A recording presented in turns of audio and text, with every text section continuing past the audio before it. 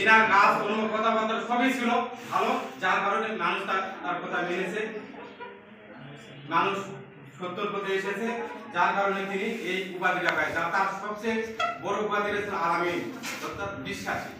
অনেক বিধর্মী অন্য ধর্মের লোকেরা তাদের সম্পদ তার কাছে গচ্ছিত রাখতো, তাকে মানে না, তার ধর্ম মানে না, কিন্তু তাকে বিশ্বাস করে যে এই লোকের কাছে আমার এই সম্পদ রাখলে কি হবে, আমাদের কোনো ক্ষতি হবে না, এই সম্পদের কোনো অপচয় হবে না। তার কাছে সম্পদগুলো গচ্ছিত রাখতো, ভিন্ন ধর্মের লোকেরা গচ্ছিত রাখতো। তাহলে একটা মানুষ কত বড় সৎ হলে, কত ভালো হলে যে নিজের সম্পদ হেফাজতের জন্য একজনের কাছে রাখতে দেয়।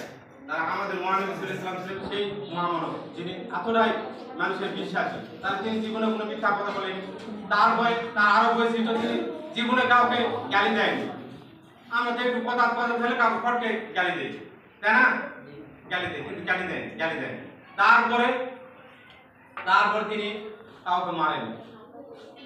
এই ধর্ম প্রচার করতে গিয়ে তিনি অনেক নির্যাতিত হয়েছে, অনেক মার খেয়েছে, তার গা থেকে রক্ত ঝরছে, তার দাঁত ভেঙে গেছে। তারপরে তিনি কিন্তু আল্লাহর কাছেও বড় দোয়া করেনি। উনি কিন্তু আল্লাহর কাছে তো বলতো, আল্লাহ নিশ্চিন্ত করে দিত, কিন্তু তাও তা করেনি। তার কত বড় ধৈর্যশীল।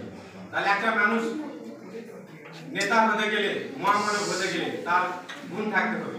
তাকে ধৈর্যশীল হতে হবে, তাকে সত্যবাদী হতে হবে, তারপরে তার কথাবার্তা আচার আচরণ সবকিছু ভালো হতে হবে। তার এই মহানবী সাল্লাল্লাহু আলাইহি ওয়াসাল্লাম তার এই নবী কত বছর বয়সে পেয়েছে? কত বছর বয়সে? 40 বছর বয়সে উনি নবুয়ত পেয়েছেন। 40 বছর বয়সে